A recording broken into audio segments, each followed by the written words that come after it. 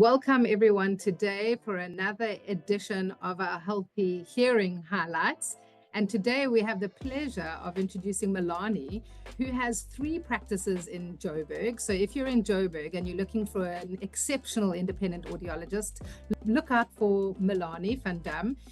She has 3 practices in Joburg. One is in central Joburg, one is in Rosebank, and one is in more of the southern area of Joburg. I don't know Joburg at all, so I will ask Melanie to explain where she is and to tell us a little bit about her practice. Okay, hi everybody. So I am Melanie Van Dam. I have the 3 practices. The one in central Joburg is at Netcare Garden City. That's where it kind of all started for me in private practice. The second one is in Rosebank, and the third one is in Joburg South in Oakden.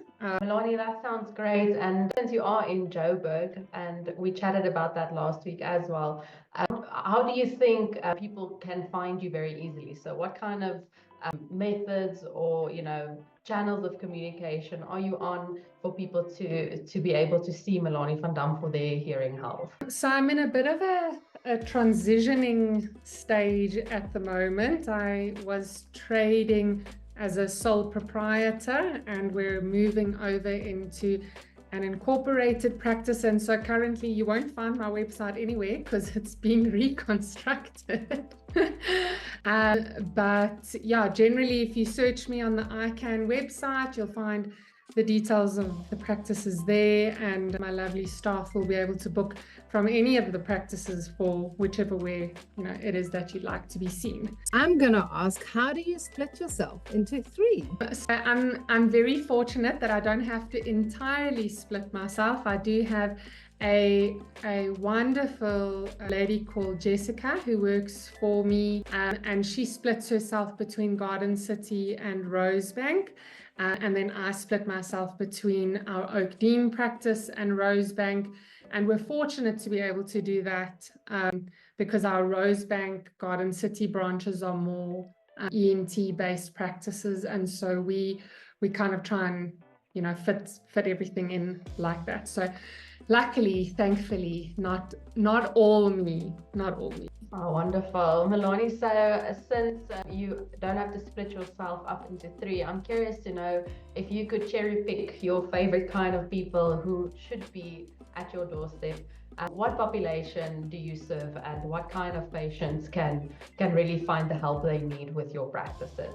So I think I'm kind of similar to you in the sense that I really enjoy, the somewhere like the 40s to 60s. I really enjoy that portion of the population.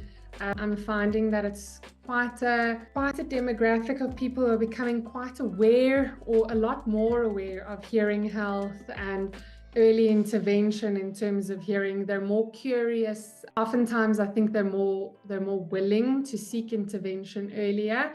So I really enjoy that portion of audiology, or that age group, can I call it? So yeah, that's where I kind of enjoy. But I love all of it, from newborn all the way through to, I've got a patient who's blessed enough to be 104 years old, but I love them all equally. It is wonderful. It's wonderful to be able to offer a full range of services to all ages, and also to have your niche of who you really enjoy connecting with. So it's amazing. And you did mention that it's 2 ENT practices.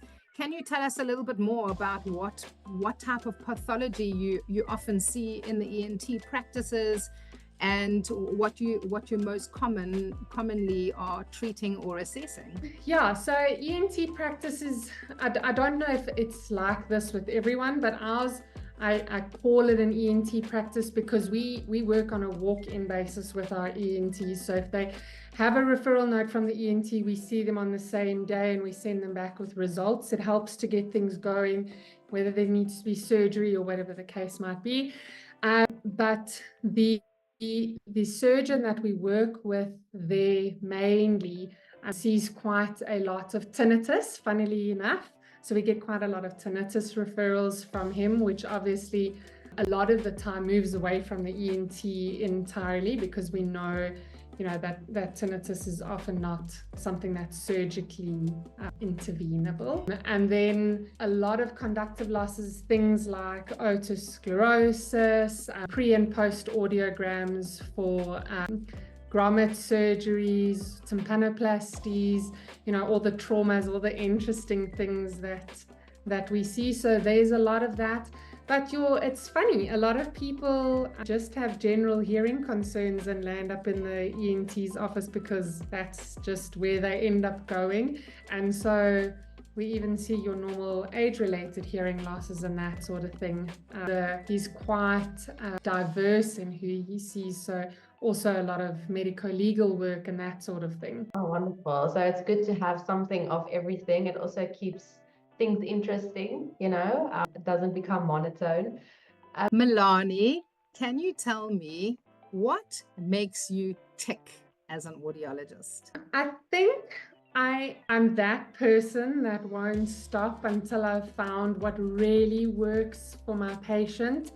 Thinking about a patient that I had this morning, if I pick up her file, I don't know if I've seen her like 12 times in the last 3 months, because she's got the most complicated ear canals and we have molds and this and that and all the rest of it. So that's what makes me tick, is finding that solution that works, and whether it be a balance issue, a hearing issue, a referral on to someone else for something that I can't necessarily do.